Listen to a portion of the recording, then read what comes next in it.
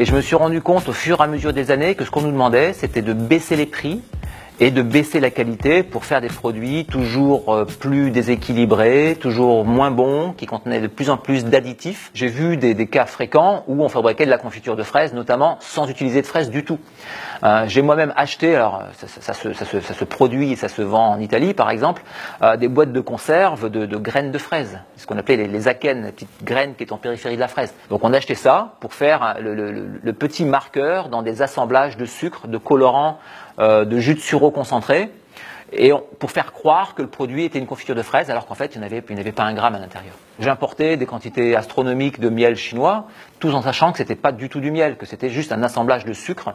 Je payais ça moins d'1 euro du kilo, et ça permettait aux supermarchés français de proposer du miel qui en réalité n'en était pas, aux consommateurs pour des prix inférieurs à 6 euros du kilo. J'ai aussi importé des dizaines, des centaines de tonnes de concentré de tomates de Chine qui étaient fabriquées à partir de tomates moisies, pourries, et une qualité qui était extrêmement mauvaise. Moi, ce que je peux dire de mon expérience, c'est que en général, les marques leaders sont de meilleure qualité que les marques distributeurs. Si vous montez en qualité, vous monterez en prix. Donc si vous allez dans les premiers prix, vous allez trouver quoi? Vous allez trouver les qualités les plus basses, ou alors vous allez trouver des produits frauduleux, typiquement le miel de Chine. Alors on croit faire une bonne affaire en achetant du miel inférieur à 6 euros du kilo, mais en réalité non, puisqu'on achète du sucre, et même à 6 euros du kilo, c'est encore trop cher pour du sucre.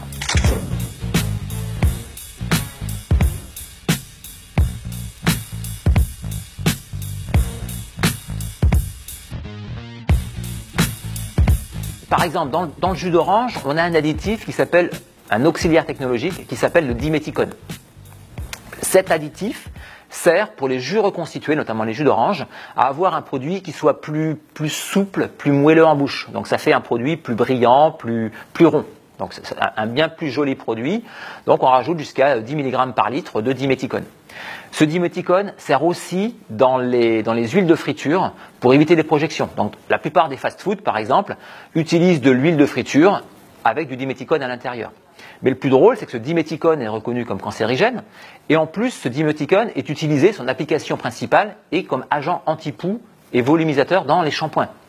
Donc vous voyez, on vous fait ingurgiter des produits en vous disant ce sont des additifs alimentaires ou des auxiliaires technologiques qui en réalité n'ont rien du tout d'alimentaire. Ce ne sont pas des aliments, la plupart des produits sont ajoutés, sont toxiques, des molécules chimiques que notre organisme ne sait pas utiliser et qui le détraquent et qui le rendent malade à long terme. Je travaille, ma femme aussi, on a 2 enfants. On consacre tous les soirs une bonne demi-heure pour faire le repas. C'est suffisant. Alors on ne fait pas de la grande cuisine, mais éplucher 3 carottes, 2 pommes de terre, 1 poireau et faire ça en autocuiseur, ça ne prend pas un temps fou. Mon conseil pour les consommateurs, c'est vraiment de se servir de son bon sens, de se faire confiance à soi, de ne pas croire le marketing de l'emballage, d'oublier les belles illustrations, voilà, de se focaliser sur la liste d'ingrédients. Si c'est compliqué à lire, on utilise des applications maintenant. Vous avez Open Food Facts, vous avez Yuka qui peut vous aider. Faites la cuisine, faites-vous plaisir et surtout évitez d'ingurgiter cette malbouffe industrielle qui provoque aujourd'hui 50% de surpoids dans la population européenne et 20% d'obèses en Europe.